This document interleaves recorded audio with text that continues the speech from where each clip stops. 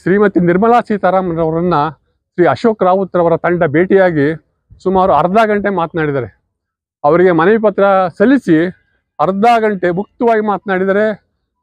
ಎಲ್ಲ ಅಂಶಗಳನ್ನು ಕೂಡ ಹೇಳಿದ್ದಾರೆ.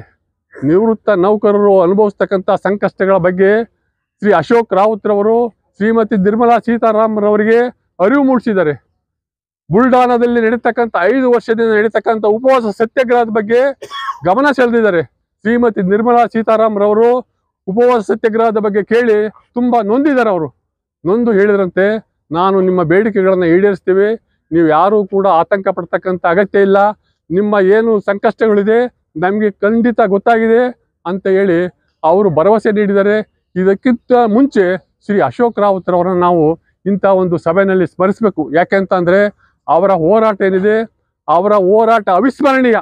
ನಿವೃತ್ತ ನೌಕರರನ್ನ ಇಡೀ ದೇಶಾದ್ಯಂತ ಈ ಒಂದು ಗಮನ ಸೆಳೆದಿರ್ತಕ್ಕಂಥ ವ್ಯಕ್ತಿತ್ವ ಶ್ರೀ ಅಶೋಕ್ ರಾವತ್ ರವರಿಗೆ ಸಲ್ಲಿಸುತ್ತೆ. ಯಾಕೆ ಅಂತ ಅಂದರೆ ಅವರು ಮಾಡಿರ್ತಕ್ಕಂಥ ಕೆಲಸ ಇಡೀ ದೇಶಾದ್ಯಂತ ಸುತ್ತಾಡಿದ್ದಾರೆ. ಮೊನ್ನೆ ಕೂಡ ಗುಲ್ಬರ್ಗ ಮತ್ತು ಹುಬ್ಬಳ್ಳಿಯಲ್ಲಿ ಅವ್ರು ಮಾಡಿರ್ತಕ್ಕಂಥ ಒಂದು ಭಾಷಣ ಏನಿದೆ ಅದು ನಿಜವಾಗೂ ನಿವೃತ್ತ ನೌಕರರ ಮನಸ್ಸಿಗೆ ನಾಟ್ತಾ ಇತ್ತು. ಅಷ್ಟು ದೂರದಿಂದ ಜೀಪಲ್ಲಿ ಬಂದಿದ್ದಾರೆ.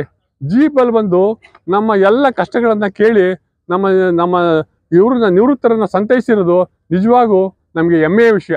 ಆ ದೃಷ್ಟಿಯಿಂದ ಸ್ನೇಹಿತರೆ, ಶ್ರೀ ಅಶೋಕ್ ರಾವತ್ ರವರ ಒಂದು ಏನು ನೇತೃತ್ವ ಇದೆ ನಿವೃತ್ತರ ಪಾಲಿಗೆ ಅತ್ಯಂತ ಮಹತ್ವವಾದ ಒಂದು ಸುದಿನ ಅದು. ಆ ದೃಷ್ಟಿಯಿಂದ ಸ್ನೇಹಿತರೆ, ನಮ್ಮ ಎಲ್ಲ ಬೇಡಿಕೆಗಳು ಖಂಡಿತವಾಗಿಯೂ ಈಡೇರುತ್ತೆ. ನಾವು ನಮ್ಮ ಹೋರಾಟನ ಇದೇ ರೀತಿ ಮುಂದುವರ್ಸೋಣ.